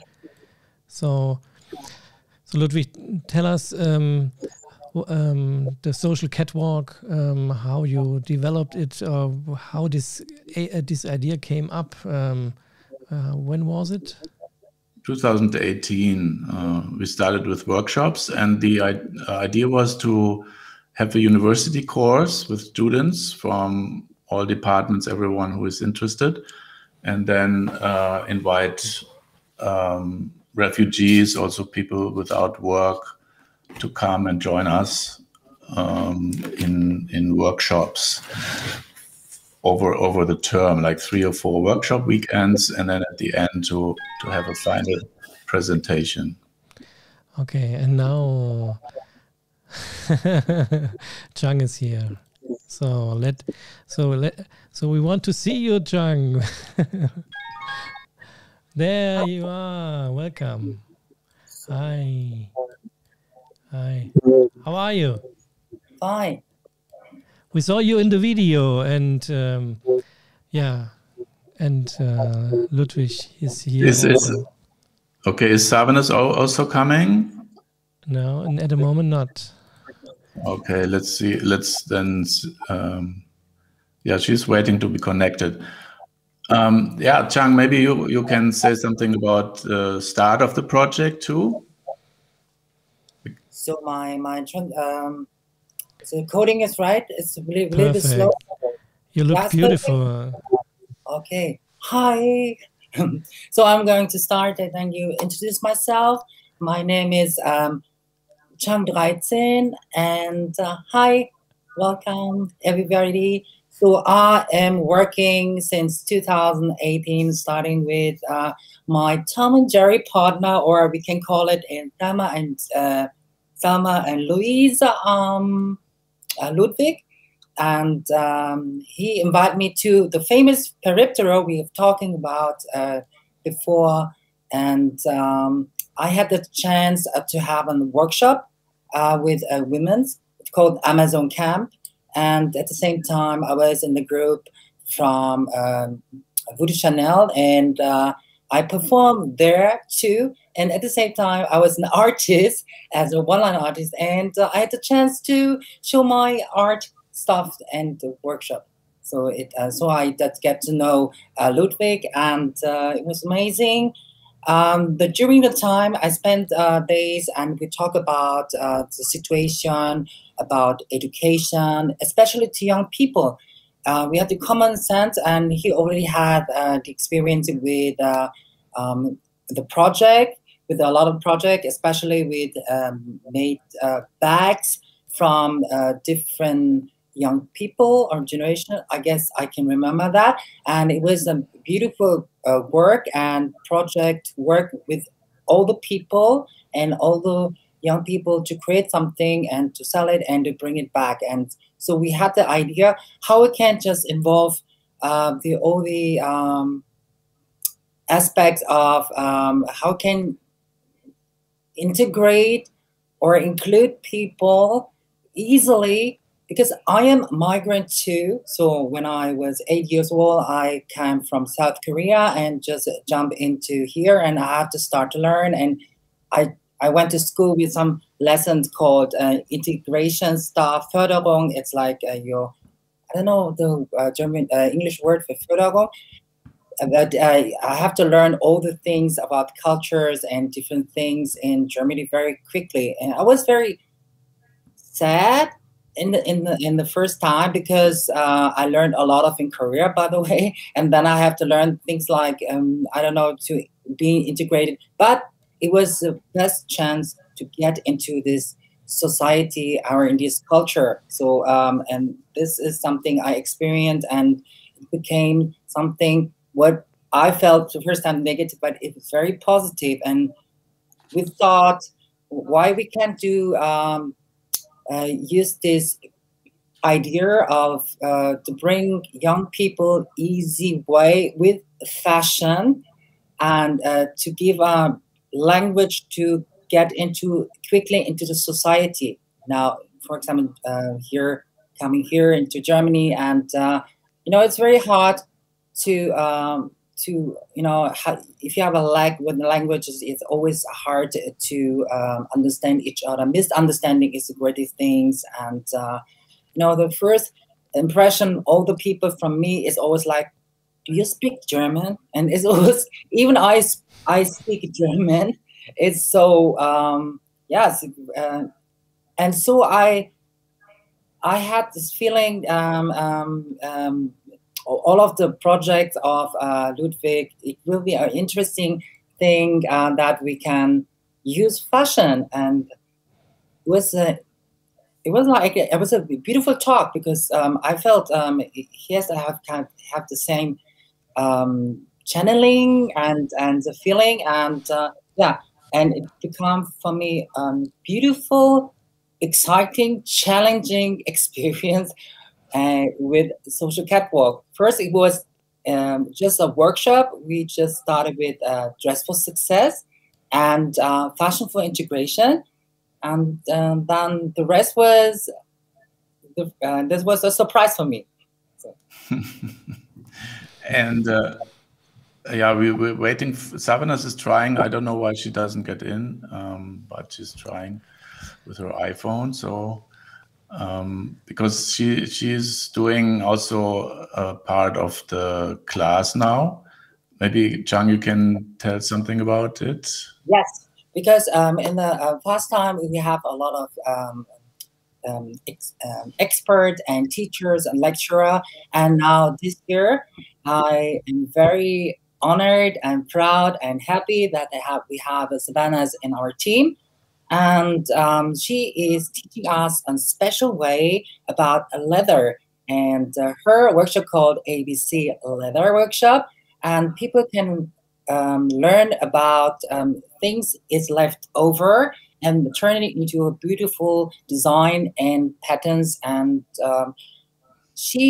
I think Savannah will just explain it, what is her concept, but this concept is beautifully fits to our social catwalk, is because we working culture and upcycling and bring people together. This kind of communication, and in all sense, social became this medial thing that we're connecting each other, and catwalk, I think we have to express, and that's what Savannah did from Paris, and I know what Paris means is fashion, and so Korea is fashion too. So we both start to find and connect to each other, and I'm very thankful that you're talking about teamwork, and absolutely, I never thought I was a teamwork, and I learned a lot of moving school and learning a lot of them from Ludwig and from the future of the children.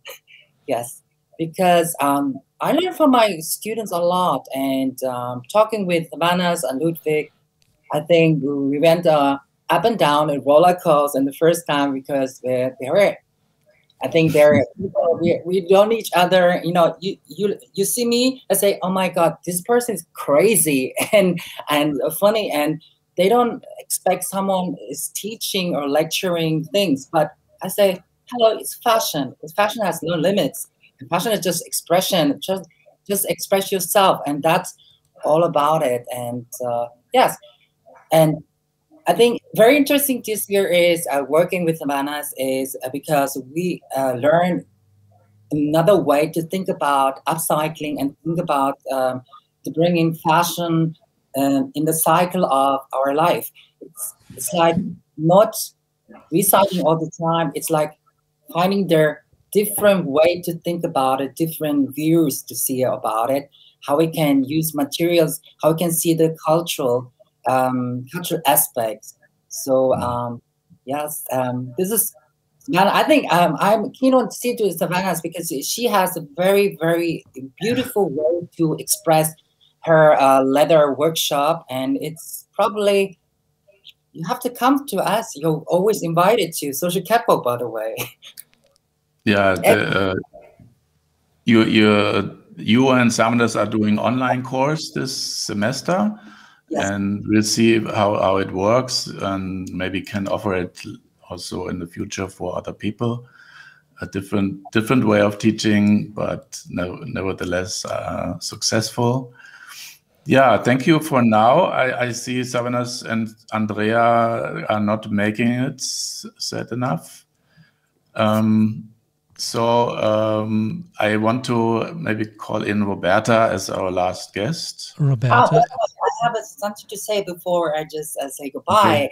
Yes, because I am working with Moving School, and thank you very much for this opportunity and grow with Ludwig and all the team. I'm happy to see soon something in the future, maybe it's a big school, we're working together.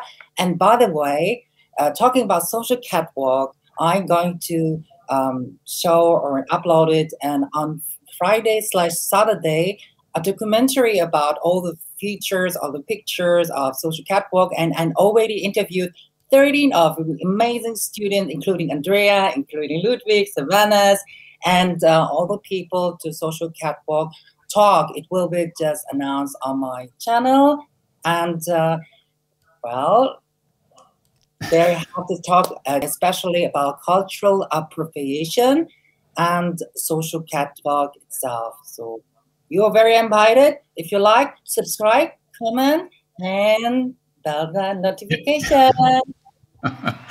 Can you type in the chat the link where you will publish that? Yes. Okay. Of course, you are.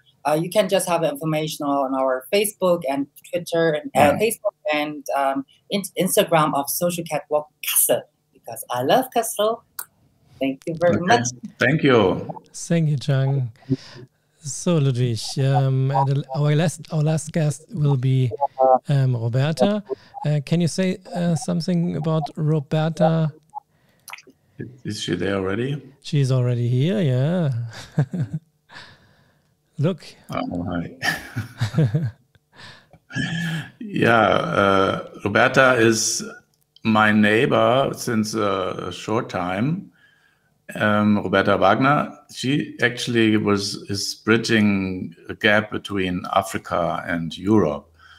Roberta, maybe you can say a few words about you as a bridge between the two continents. Hello, good evening. This has been a really long show, but very enlightening. So thank you very much, Ludwig, for all your insights and having the team come together in this wonderful show. That's really awesome. So I've learned quite a few things about moving school as well tonight. Yeah. Yeah, so bridging, I don't know if I would say I'm bridging a gap.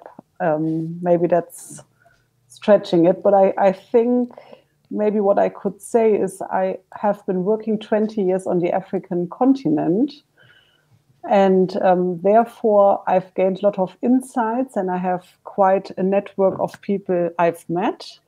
And my ambition coming back to Germany has been always to reflect my encounters from the African continent into my life in Germany, because I do realize that there's quite a lot of stereotypes and prejudice. And I feel my role could be to maybe not enlighten, but at least to play a role in trying to change that a little bit. Mm-hmm.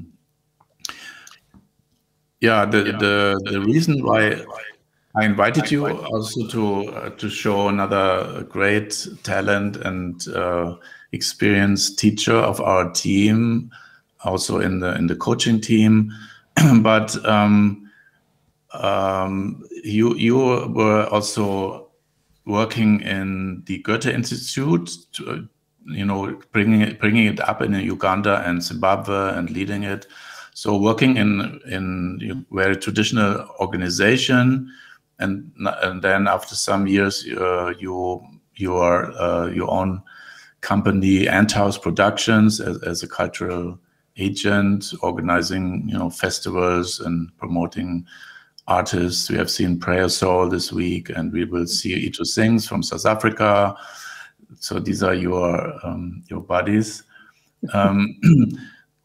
What do you think, or from your experience, is important for an organization like Moving School? It's at that stage as we are. I mean, existing 10 years, but not being so big, not having much money.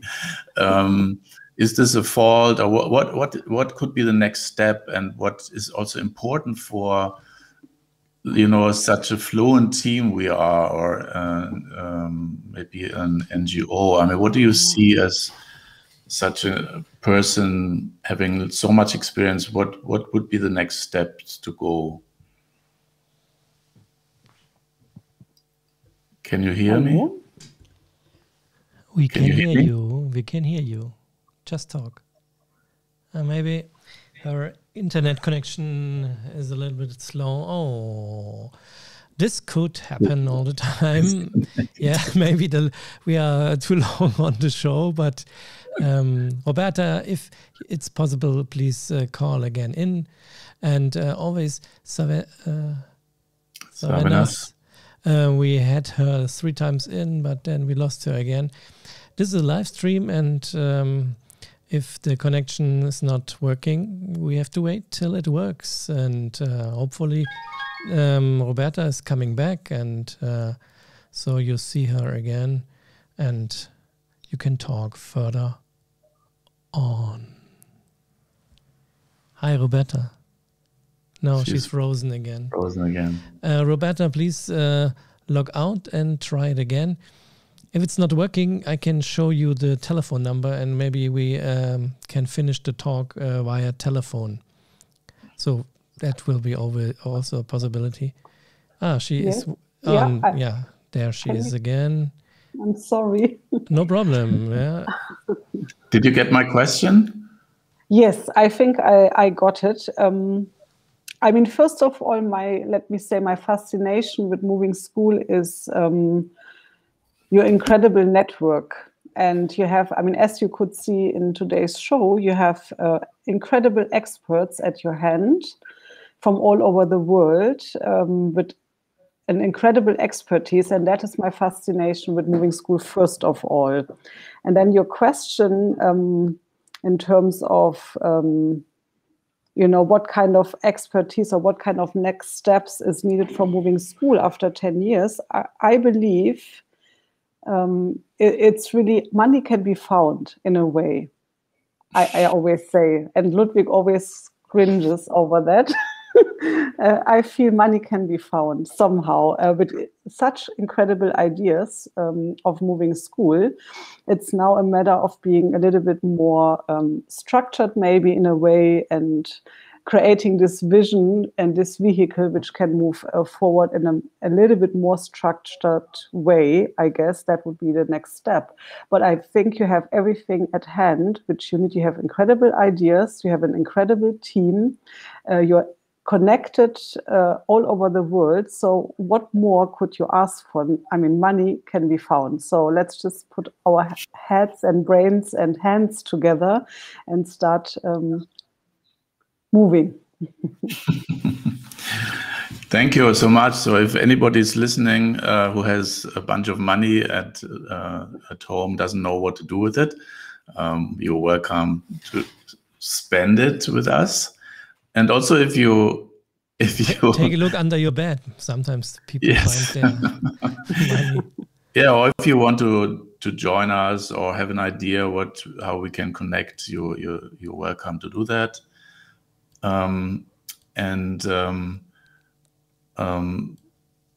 So maybe thanks for Roberta for now. We will talk. We have some more project in store. So thank you for that, right now. We'll see you later.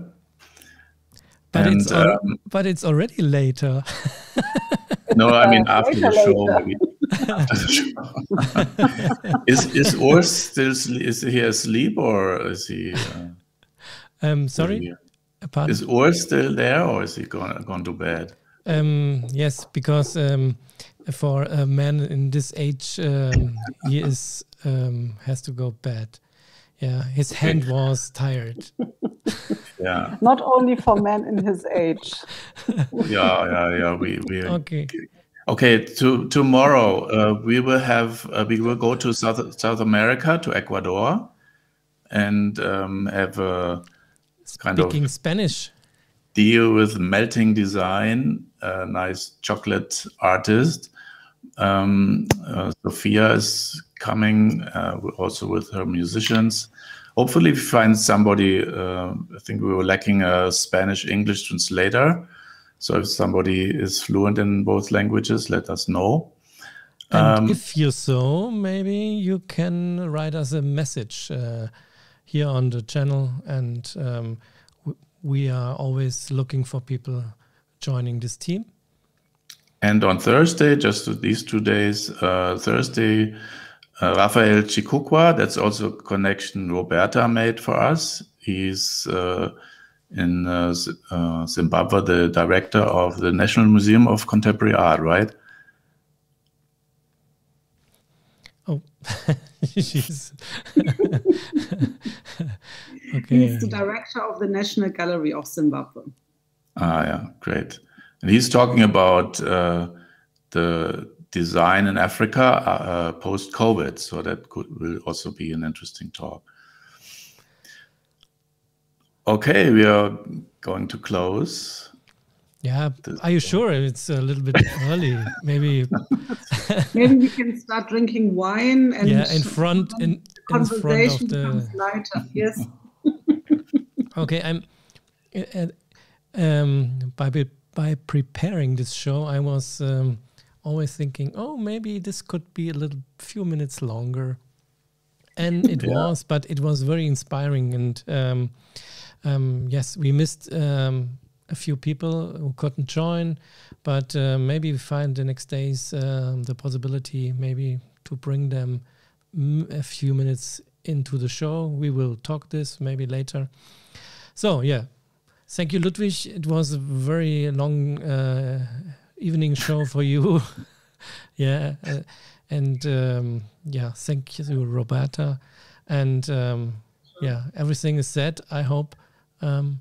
No, love is in the air. So see you tomorrow. Bye.